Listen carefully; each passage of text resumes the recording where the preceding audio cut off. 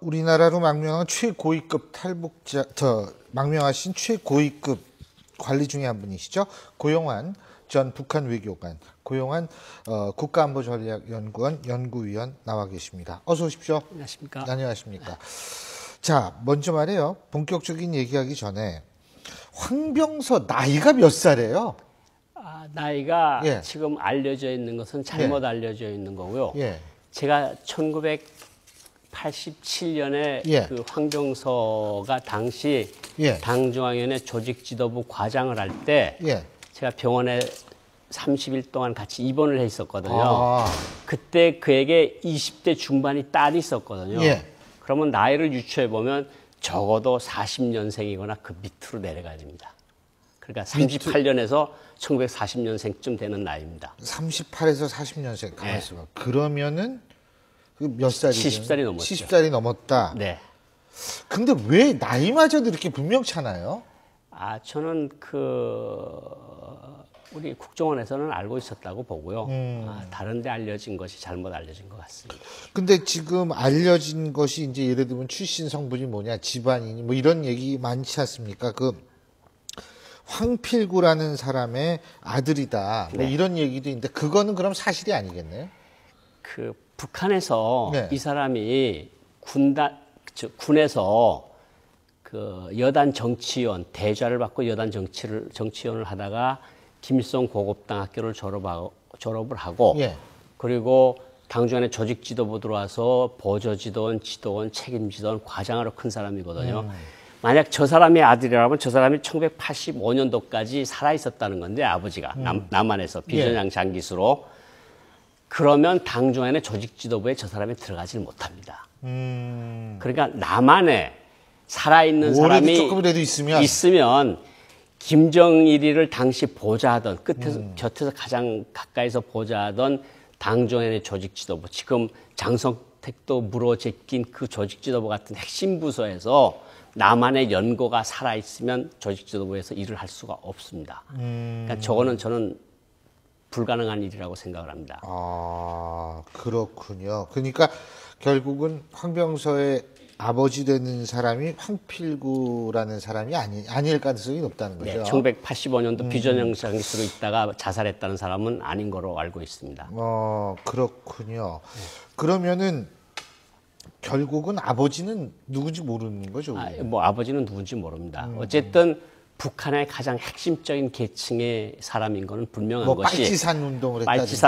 부모가 빨치산 계열이거나 아니면 부모가 6.25 전쟁 때 낙동강까지 와서 죽은 그 장교의 아들일 가능성이 충분히 높습니다. 그러니까 70은 확실히 넘었다. 예. 아하. 자, 딴 얘기 좀 해보죠. 지금 이번 사태 겪으면서 김정일의 리더십, 북한에서조차도 의문이 일고 있다. 가능한 얘기일까요? 그러니까 김정일 같았으면 이런 식으로 한미연합훈련이 진행될 때 도발을 안 합니다. 김정일이 같았으면 한미훈련이 끝나고 미군이 다 돌아간 다음에 우리가 경각심을 낮췄을 때 그때 공격을 하는데 저 사람은 한미연합훈련을 하는 도중에 포격을 했어요. 예.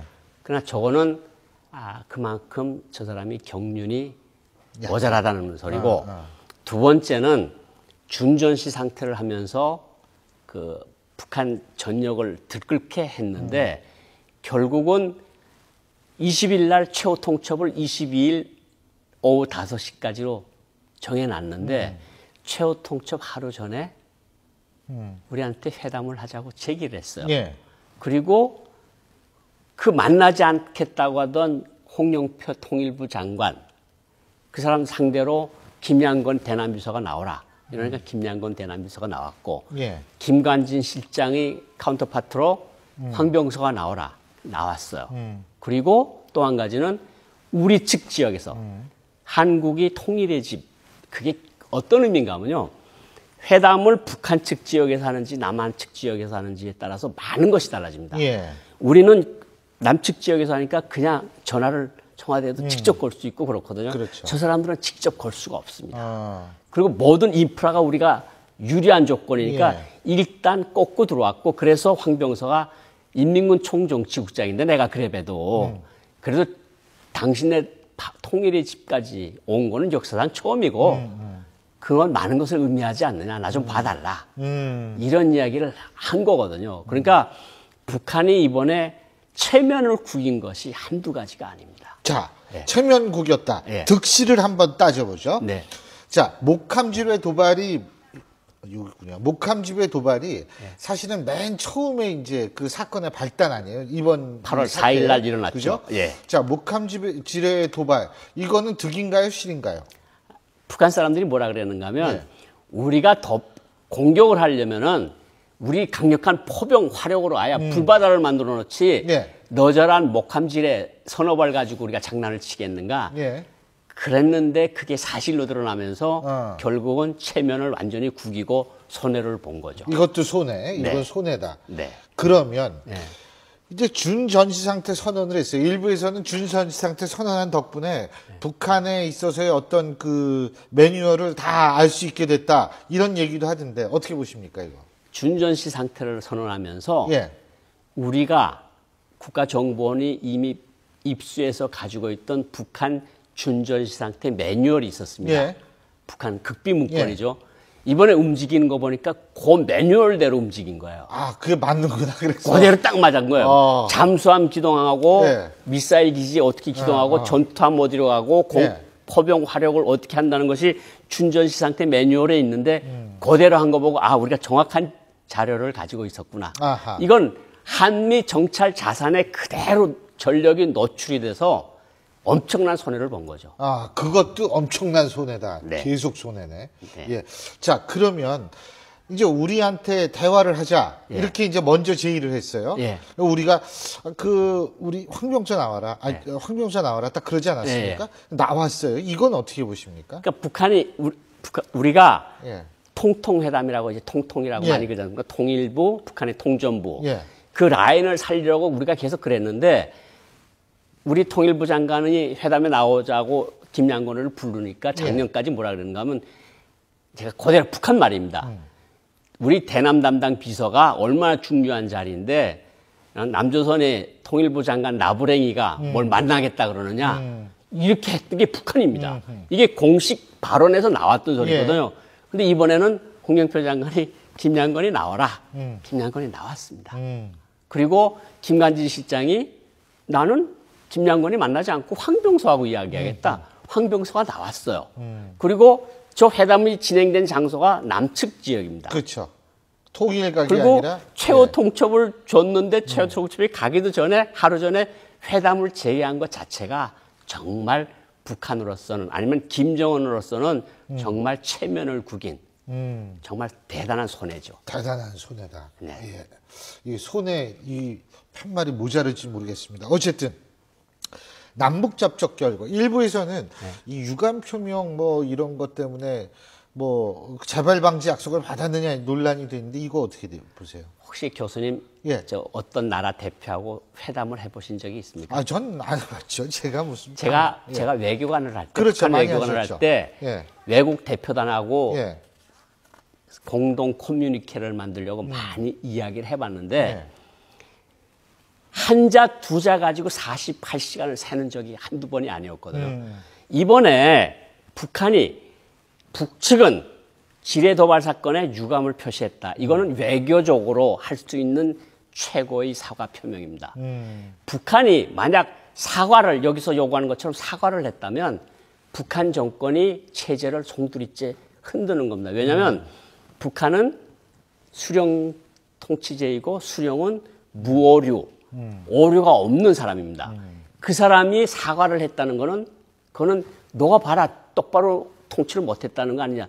수령 체제 자체를 흔드는 거기 때문에 북한이라는 나라에서 사과라는 말이 나올 수가 없습니다. 일부 사람들은 1968년 청와대 사건 이후에 김일성이 1972년에 이우락 부장한테 그때 사과를 했다 그러는데 그건 비공개 회담에서 사과를 어떤 식으로 했는가 하면 내가 시킨 것이 아니고 좌경 맹동분자들이 한 거다. 그래서 내가 그 사람들 처리했다. 근데 이 말도 틀리는 소리입니다. 김일성이가 유감을 표시를 했고요. 좌경 맹동분자라고 하던 김창봉, 허봉학 이런 두 사람이 1969년에 반당 종파 분자로 몰려서 처형이 된. 그러니까 이 사람 때문에 그것 때문에 잘못했다 그런 건 말도 안 되고 이제까지 북한이 자기 주체, 우리는 이런 것을 잘못했으니까 유감을 표시한 이래본 역사가 없습니다. 그리고 또다시 그 두 번째 비정상적인 사태가 일어나지 않는 한 대북 확성기 방송은 중단한다. 비정상적인 사태는 누가 판단을 합니까? 한국 정부가 판단을 하는 거예요. 만약 핵실험을 한다. 예. 그 비정상적인 사건이 일어났다. 우리 대북 확성기 방송을 시작한다. 예. 그래도 북한이 아무 말을 못하는 거거든요. 그러니까 가장 두 가지 점에서 볼 때 재발 방지 약속을 받아낸 거고 유감물, 북측이라는 주어를 놓고 유감을 받아낸 것은 북한으로서는 굉장한 손해다. 그 대내 결속은 어떻습니까? 대내 결속이 여기 약간 까리까리한데 예. 그 북한에서 지금 말이 도는 게 이런 것 얻어내자고 우리가 이렇게 설화를 떨었느냐. 그리고 두 번째는 뭐 김정일이 있을 때도 계속 예. 준조지상 때는 선포했다. 그냥 예. 끝났는데 뭐 이번에 그냥 그러다 만 거 아니냐. 그러니까 억지로 본다면 이익이 될 수는 있었겠다. 예. 그러니까 그냥 억지로 붙여서 억지로 그냥 이익을 봤다. 대외 관계는 완전히 대외 관계는 미국한테 예. 정말 온 세계에 예. 북한이라는 나라 믿지 못하겠다. 두 번째, 중국이 바로 20일 당일날 연변시에 탱크와 자주포를 전개를 시켰거든요. 이거는 유사시에 한미군이 올라갈 때 북한을 도와서 하겠다는 게 아니고 북한 보고 까불지 마. 너가 까불면 우리가 중국에서 밀고 내려갈 거야. 이런 것 때문에 이번에 항복을 한 거나 마찬가지거든요. 그럼 손해. 완전 손해. 예. 자, 지금 그런 말씀하셨는데 대내 결속이라는 부분이 이익이다. 지금요 선군절을 맞아서 무도회를 열었다고 그러거든요. 이 와중에 자 일단은 한번 화면으로 어떤 무도회인지 알아보시죠. 위대한 용도자 김종일 대원수님께서 선군혁명 용도를 시작하신 55돌과 정년조를 경축하는 조선인민군 군인들의 무도회가 진행되었습니다. 지금 이 시각 여기 경축무대장만이 아닌 온 나라 방방곡곡에서 뜻깊은 선군조를 경축하는 끝없는 환희가 넘쳐나고 있는 것입니다. 정말 저렇게 경축 분위기가 가져될수록 위대한 김종일 대원수님의 선군혁명 천만리가 가슴에 안겨와 눈곱이 젖어듭니다. 시내 여러 곳에서 예, 지금 분위기 좋아요. 8월 24일까지 우리를 잡아먹을 것처럼 으르렁대다가 글쎄요. 그 다음 날이 바로 예. 김정일이가 선군 정치를 시작했다는 51돌이 되는 날이거든요. 그러니까 또 전국이 춤바루로 변했어요. 정말 참. 변덕이 죽을 듯하는 나라가 북한인 것 같습니다. 그러니까 자기네들의 이런 손해 나는 거를 좀 덮기 위해서 일부러 더 하는 거 아니에요? 더 명절 분위기로 전환을 시킨 거죠. 그렇다면은 결국은 또 한 번 도발의 가능성은 어떻게 보세요? 도발 가능성은 쌍십절이하고 있는 노동장 선거니. 당창건 70돌 10월 10일 날 미사일 발사 가능성은 뭐 제가 보건된 거의 99%고요. 핵실험 가능성도 거의 뭐 그렇게 높진 않지만 한 3할 정도는 된다. 그러니까 도발이 또 되면 우리는 확성기 방송을 또 시작하면 됩니다. 그렇죠. 비정상적인 상태니까. 사태니까. 예. 그렇죠. 잘 알겠습니다. 오늘 말씀 여기까지 듣죠. 고맙습니다.